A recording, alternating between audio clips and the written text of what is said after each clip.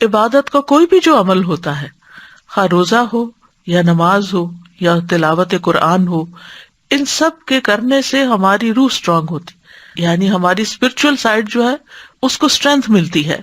لہذا نماز کے بعد دعا قبول ہوتی ہے، قرآن کی قرات کے بعد دعا قبول ہوتی ہے، اور سب سے زیادہ قریب تو انسان سجدے کی حالت میں ہوتا ہے، اور جب سجدے کی حالت میں ہوتا ہے تو دعا کرتا ہے تو وہ دعا اور بھی زیادہ قبول ہوتی ہے.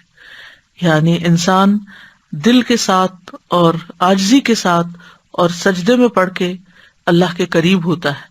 تو جب انسان دعا کرتا ہے تو اللہ تعالیٰ قریب ہے، انسان اللہ کو پکارتا ہے تو اللہ اس کے قریب ہوتا ہے، اور سجدے میں اور زیادہ قریب ہوتا ہے تو قبولیت کے چانسز بھی اور زیادہ بڑھ جاتے ہیں. دنیا میں کوئی بھی اور ایسا نہیں، بڑے سے بڑا بادشاہ بھی، کہ جو بندوں کے حال سے واقف ہو، جس کے پاس اتنے اختیارات ہوں، جس کے پاس اتنی قابلیت ہو، اتنا کچھ ہو کہ وہ بندوں کی ساری ضروریات پوری کر سکے، وہ تو اپنی تکلیف بھی دور کرنے پہ قادر نہیں ہوتے. اللہ کو دنیاوی بادشاہوں سے مثال نہیں دی جا سکتی. وَلِلَّهِ الْمَثَلُ الْأَعْلَى، کیونکہ حقیقی بادشاہ تو اللہ ہی ہے، باقی خواہ کوئی بادشاہ ہو یا فقیر ہو وہ سب اس کے بندے ہیں.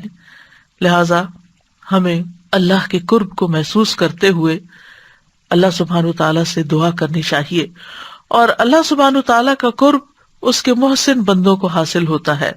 قرآن مجید میں آتا ہے ان رحمت اللہ قریب من المحسنین، سورۃ الاعراف 56، بے شک اللہ کی رحمت نیکی کرنے والوں کے قریب ہے. لہذا نیکی کا کوئی بھی جو کام آپ کرتے ہیں اس کے بعد دعا کریں، چاہے آپ صدقہ خیرات کریں، چاہے آپ ذکر اذکار کریں، درود شریف پڑھیں. درود شریف تو خود ایک مکمل دعا ہے. اگر انسان کوئی بھی اور دعا نہ مانگے، صرف درود شریف ہی پڑھتا رہے تو اس کی ساری حاجات پوری ہو جاتی ہیں. اور خاص طور پر جب بندہ اللہ کو پکارتا ہے تو اللہ بندے کے قریب ہوتا ہے.